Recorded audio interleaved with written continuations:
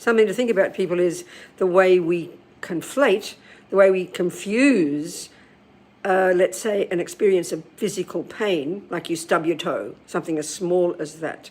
We confuse that, we conflate it, in fact, with anger, the annoyance that arises. Well, of course I'm upset. I'd stub my toe, we will say.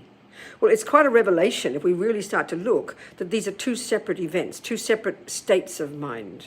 The first one is the pain that arises immediately you stub your toe. But the next one is, the interpretation is, how dare that happen? And then that becomes anger. So what to do with this? Well, first we have to recognize that they're different. And especially what to do with it in situations where you can't change the experience. So let's say, in my case, I get some ringing in the ears. Lots of people have that. I'm not trying to sound like a saint, but it's been such a practical example, I can't make it go away.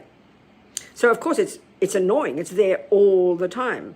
All the time. You're trying to go to sleep and there's the noise. So I've had absolutely no choice but to learn to greet the problem, not to resist it, which is what aversion does. You resist it.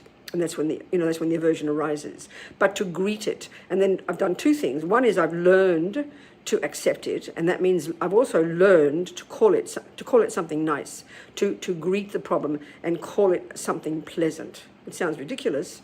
And the other one is I've learned not to pay attention to it.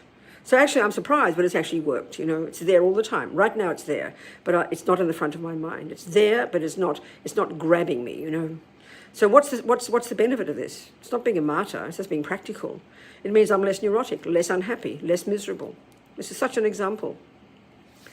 Give it a try.